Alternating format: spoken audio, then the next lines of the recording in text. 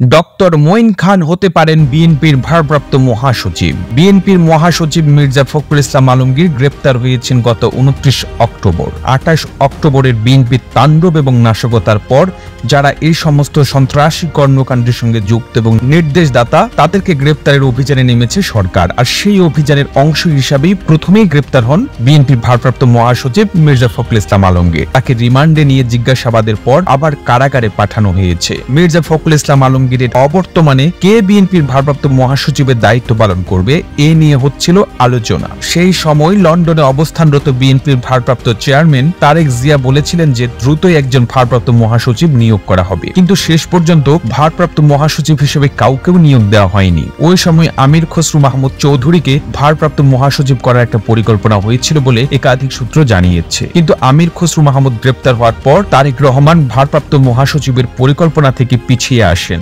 তবে এখন যেহেতু মির্জা ফখরুল ইসলাম আলমগীর সহসা মুক্তি পাচ্ছেন না বলে ধারণা করা হচ্ছে এবং বিভিন্ন সমঝোতার ইস্যু এবং বিশেষ করে দূতাবাসগুলোর সঙ্গে যোগাযোগের একটা বড় ইস্যু সামনে এসেছে, এই জন্য ডক্টর মঈন খানকে দলের ভারপ্রাপ্ত মহাসচিব করার পরিকল্পনা নেওয়া হয়েছে বলে একাধিক সূত্র নিশ্চিত করেছে। গত বৃহস্পতিবার রাতে লন্ডনে অবস্থানরত তারেক জিয়ার সঙ্গে ডক্টর মঈন খান এবং আরো কয়েকজন বিএনপি নেতার কথা হয়। যাদের সাথে কথা হয়েছে তাদের মধ্যে স্থায়ী কমিটির আরেক সদস্য আত্মগোপনে থাকা গয়েশ্বর চন্দ্র রায়ও রয়েছেন। এছাড়াও বিএনপি প্রবীণ কয়েকজন নেতার সঙ্গেও তারেক জিয়া কথা বলেছেন বলে জানা গেছে এবং সকলের মতামতের ভিত্তিতেই মঈন খানকে ভারপ্রাপ্ত মহাসচিব করার ব্যাপারে পরিকল্পনা নেওয়া হয়েছে বলে জানা গেছে। ডক্টর মঈন খান মাঠে রাজনীতিতে তেমন গুরুত্বপূর্ণ এবং সরব না হলেও কূটনৈতিক মহলে তার ভালো পরিচয় রয়েছে। বিএনপি মনে করছে যে আন্দোলনকে এগিয়ে নিয়ে যাওয়া, নির্বাচনে যাওয়া, সরকারের সাথে দর কষাকষি করা এবং আন্তর্জাতিক পরিমণ্ডলে বিএনপির অবস্থান তুলে ধরার জন্য মঈন খান গুরুত্বপূর্ণ।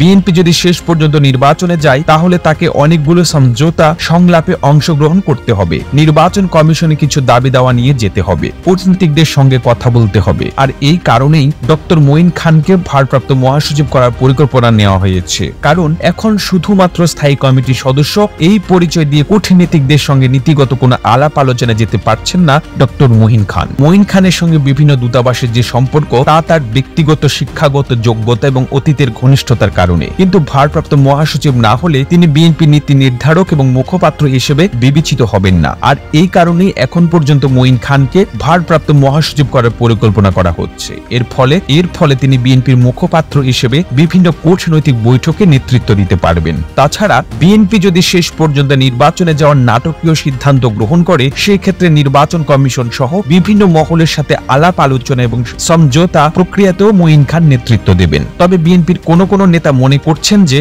শেষ পর্যন্ত ভারপ্রাপ্ত মহাসচিব কাউকে নিয়োগ দেওয়া হবে না, কারণ বিএনপি যদি নির্বাচনে যায় তাহলে তারা তাদের দলের নেতাকর্মীদের মুক্তি দাবি করবে এবং সেক্ষেত্রে মির্জা ফখরুল ইসলাম আলমগীরের নাম সবার উপরে আসবে, কারণ মির্জা ফখরুল ইসলাম আলমগীরকে জেলে রেখে বিএনপি নির্বাচনে যাওয়ার কথা ভাবছে না। এরকম পরিস্থিতিতে যে কোনো সংলাপের শুরুতেই মির্জা ফখরুলের মুক্তির বিষয়টি আসতে পারে। সরকারি বিভিন্ন সূত্রগুলো বলছে মির্জা ফখরুলের ব্যাপারে সরকার নমনীয়। যদি শেষ পর্যন্ত বিএনপি নির্বাচনে আসবে তাহলে যে সমঝোতা প্রক্রিয়া হবে তাতে মির্জা ফখরুল মুক্তি পেতে পারেন বলেও কেউ কেউ ধারণা করছেন। তবে সবকিছুই নির্ভর করছে লন্ডনে অবস্থানরত বিএনপি ভারপ্রাপ্ত চেয়ারম্যান তারেক রহমানের উপর। বিএনপিতে কোনো গণতান্ত্রিক প্রক্রিয়া নেই, একক ব্যক্তির সিদ্ধান্তে দল পরিচালিত হয়। কাজেই বিএনপিতে কখন কি ঘটবে তা কেউই অনুমান করে বলতে পারেন না। এই প্রতিবেদন তৈরিতে তথ্য ও উপাত্তের সাহায্য নেওয়া হয়েছে জাতীয় গণমাধ্যম বাংলা ইনসাইডার থেকে। আর আপনারা এতক্ষণ সঙ্গে ছিলেন বিশ্ব বাংলার। এভাবেই সঙ্গে থাকুন,